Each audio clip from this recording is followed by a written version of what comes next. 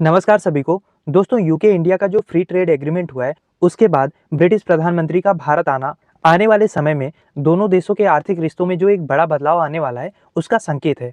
लेकिन सवाल ये है कि आखिर ये बदलाव है कैसा? क्या ये नया व्यापारिक युग की शुरुआत है या फिर पुराने औपनिवेशिक रिश्तों की वापसी है? तो आज की इस वीडियो में हम बात करेंगे यूके इंडिया के फ्री ट्रेड एग्रीमेंट के हर पहलू की, चाहे व्यापार हो, राजनीति हो, ब्रेग्जिट के बाद की रणनीति हो या भारत के लिए इसके फायदे और खतरे हों। सब कुछ हम डिटेल में और आसान भाषा में समझेंगे। तो दोस्तों, आज हम बात करने जा रहे हैं ब्रिटेन के प्रधानमंत्री कीर स्टारमर की भारत यात्रा की। एक ऐसी यात्रा जिसे British media new dawn for UK India ties कह रही है और भारतीय सोशल मीडिया पे लोग पूछ रहे हैं कि क्या ईस्ट इंडिया कंपनी फिर से वापस लौट के आ रही है क्या।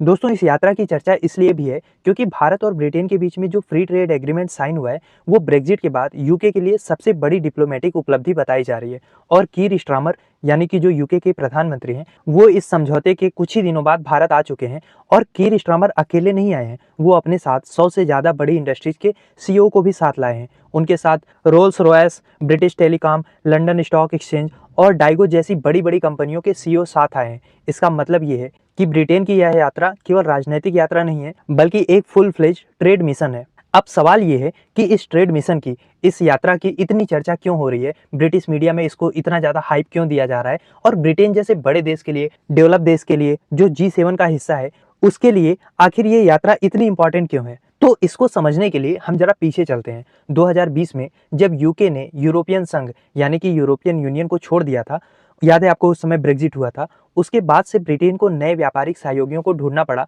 ताकि उनकी अर्थव्यवस्था को बहुत बड़ा झटका ना लगे यूरोपियन यूनियन से निकलने के बाद। पिछले 5 सालों में ब्रिटेन में 3 प्रधानमंत्री बदले हैं। बोरिस जॉनसन हो गए, लिज ट्रस हो गए और ऋषि सुनक हो गए। तीनों का एक ही मिशन था कि इंडिया के साथ फ्री ट्रेड एग्रीमेंट को साइन किया जा सके। लेकिन किसी के भी कार्यकाल में ये एफटीए साइन नहीं हुआ और अब लेबर पार्टी के नेता कीर स्टारमर ने इस काम को पूरा किया है और अपनी जनता के बीच में इसको एक अचीवमेंट के रूप में पेश किया है और इसको एक हिस्टोरिकल डील बता रहे हैं ब्रेग्जिट के बाद। और इसीलिए इस यात्रा के दौरान भी बहुत ज़्यादा सिंबॉलिक मैसेज भी दिया जा रहा है। कीर स्टारमर लैंड किए हैं मुंबई में, जहां महाराष्ट्र के मुख्यमंत्री और डिप्टी सीएम और वहां के जो गवर्नर हैं, उन्होंने उनका स्वागत किया। अब ब्रिटेन का प्रधानमंत्री दिल्ली में भी तो लैंड कर सकता था। मुंबई जाने का मतलब ये है कि एक सिंबॉलिक मैसेज दिया जा रहा है कि हम भारत की आर्थिक राजधानी को इस समय प्रायोरिटी दे रहे हैं और ये ट्रिप जो है वो पूरी तरीके से बिजनेस को डेडिकेटेड है। लेकिन मजे की बात ये है कि भारत में इस दृश्य को कुछ पुरानी यादों से जोड़ के देखा जा रहा है, क्योंकि बात जब ब्रिटेन की आती है या ब्रिटेन और व्यापार की एक साथ में आती है, तो लोगों को याद आता है ईस्ट इंडिया कंपनी, जो व्यापार के बहाने भारत में आया और पूरे देश पे कब्जा किया, 200 सालों तक राज किया। अब सवाल लोग ये भी पूछ रहे हैं सोशल मीडिया पे कि क्या इतिहास खुद को दोहराने जा रहा है। तो इसका जवाब मैं ही आपको दे देता हूँ, ऐसा नहीं है। 200 साल का चक्र जो है वो अब अपने आप को वापस दोहराने नहीं जा रहा है, बल्कि वो पूरी तरीके से पलट चुका है। एक वक्त था जब ब्रिटिश साम्राज्य भारत से सोना, मसाले, वस्त्र सब कुछ लूट के ले जाया करता था और उस लूट से हमें थर्ड वर्ल्ड का बता के दबा दिया और अपने लिए एक डेवलप वर्ल्ड बना लिया। लेकिन आज समय दूसरा है और समय की विडंबना ये है कि वही ब्रिटेन अब भारत से व्यापारिक मदद मांगने आ रहा है। वो देश जो कभी कहते थे कि व्हाइट मैन का बर्डन है भारत को सभ्य बनाना, आज उसी भारत से ये एफटीए कर रहे हैं और उसको इतना बड़ा अचीवमेंट बता रहे हैं। भारत के बाजारों में पहुंच बनाने के लिए हर तरीके की कोशिश कर रहे हैं, क्योंकि अब भारत दुनिया की 5वीं सबसे बड़ी इकॉनमी है और परचेसिंग पावर में तीसरे स्थान पे है। इसीलिए हर ग्लोबल पॉलिटिकल मीटिंग में भारत का फैसला करने वाला रोल होता है, फिर चाहे वो G20 हो या COP की समिट हो या फिर WTO की मीटिंग हो, हर जगह भारत का रोल अहम हो जाता है। और अब हम बात करते हैं असली मुद्दे की कि आखिर यूके इंडिया का जो फ्री ट्रेड एग्रीमेंट हुआ है, उस डील के तहत क्या कुछ मिला है। देखो, सबसे पहली बात कि भारत का 99% सामान अब ब्रिटेन में 0% की टैरिफ पे निर्यात होगा और वहीं ब्रिटेन का 99% सामान भारत में 3% टैरिफ पे एंट्री लेगा। और दोनों देशों का टारगेट ये है कि वर्तमान में जो $56 बिलियन का द्विपक्षीय व्यापार हो रहा है, उसको 2030 तक बढ़ा के $112 बिलियन यानी कि डबल कर दिया जाए। सरल शब्दों में कहें तो अब कपड़े से लेके इलेक्ट्रॉनिक पार्ट्स और सर्विस सेक्टर तक दोनों देशों में व्यापार बहुत तेजी से बढ़ाया जाएगा। और अगर हम वर्तमान की बात करें तो भारत आज ब्रिटेन में अपने ज्यादा सामान को निर्यात करता है। करीब 2.6 लाख करोड़ का सामान हम लोग ब्रिटेन को निर्यात करते हैं। वहीं इंपोर्ट की बात करें तो केवल 1.75 लाख करोड़ रुपए का सामान हम उनसे खरीदते हैं। यानी भारत एक तरीके से ट्रेड सरप्लस में है, यानी हम ब्रिटेन को बेचते ज्यादा है, उससे खरीदते कम है।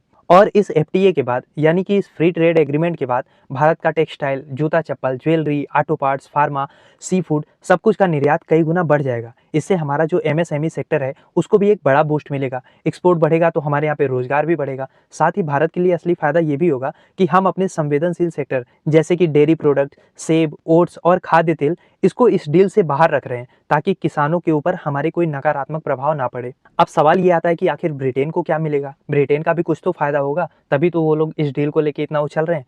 तो देखो, ब्रिटेन दरअसल इस डील को अपनी ब्रेग्जिट रिकवरी की एक स्ट्रेटजी के रूप में देख रहा है और इस डील से उनको भारत के बड़े कंज्यूमर बेस तक सीधी पहुंच मिलेगी और भारत का जो एक इमर्जिंग कंज्यूमर मार्केट है जहां पे लग्जरी कारें, स्पिरिट्स और हाईटेक मेडिकल इक्विपमेंट की जरूरत ज़्यादा है, वहां पे ब्रिटेन को मौका मिलेगा अपना निर्यात बढ़ाने का। डील के बाद ये होगा कि विस्की और जिन जैसा प्रोडक्ट जो है वो भारत में सस्ता हो जाएगा। रॉल्स रॉयल्स और जैगवार लैंड रोवर जैसी कारों पर टैक्स घटेगा। जहां अभी 100% इंपोर्ट ड्यूटी लगती है वो घटकर अब 10% हो जाएगी।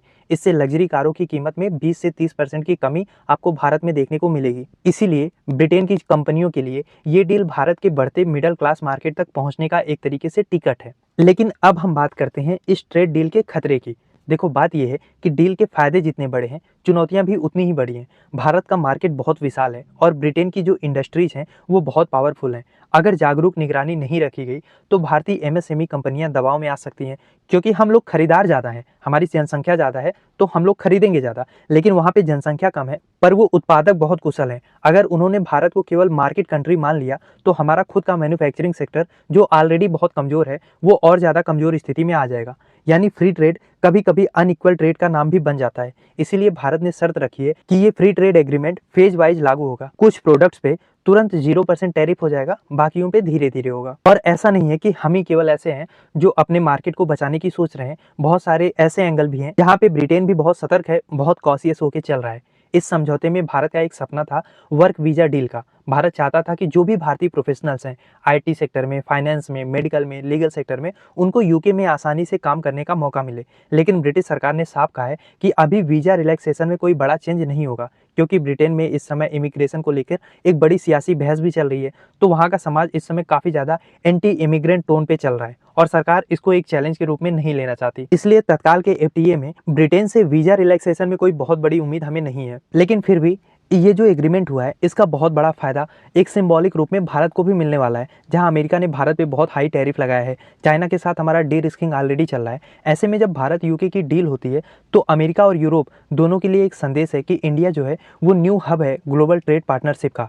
Australia, Japan, south Korea, Singapore और यूएई जैसे देशों के साथ हमने पहले ही एफटीए साइन कर लिया है और अब ब्रिटेन जब इस श्रृंखला में जुड़ जाता है तो हमारा इंडो पैसिफिक नेटवर्क काफ़ी मजबूत हो जाता है। और अगर हम घरेलू असर की बात करें तो एफटीए से भारत के कई शहरों, कस्बों और उद्योगों में इसका असर दिखेगा। अगर भारतीय वस्त्र ब्रिटेन मार्केट में 0 टैरिफ पर जाएंगे तो हमारा कपड़ा उद्योग को भी भारी बूस्ट मिलेगा। जो ब्रिटेन एक समय पे मैनचेस्टर ऑफ ईस्ट कहा जाता था, वही मैनचेस्टर अब इंडियन कॉटन के पीछे कतार में खड़ा दिखेगा।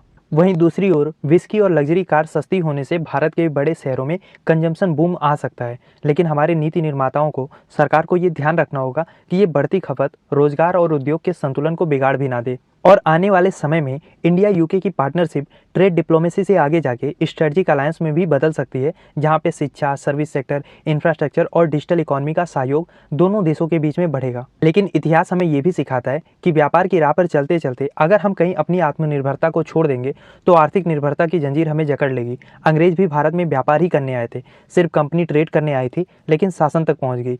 आज बस फर्क इतना है कि भारत अब वो भारत नहीं है जो 1757 में था।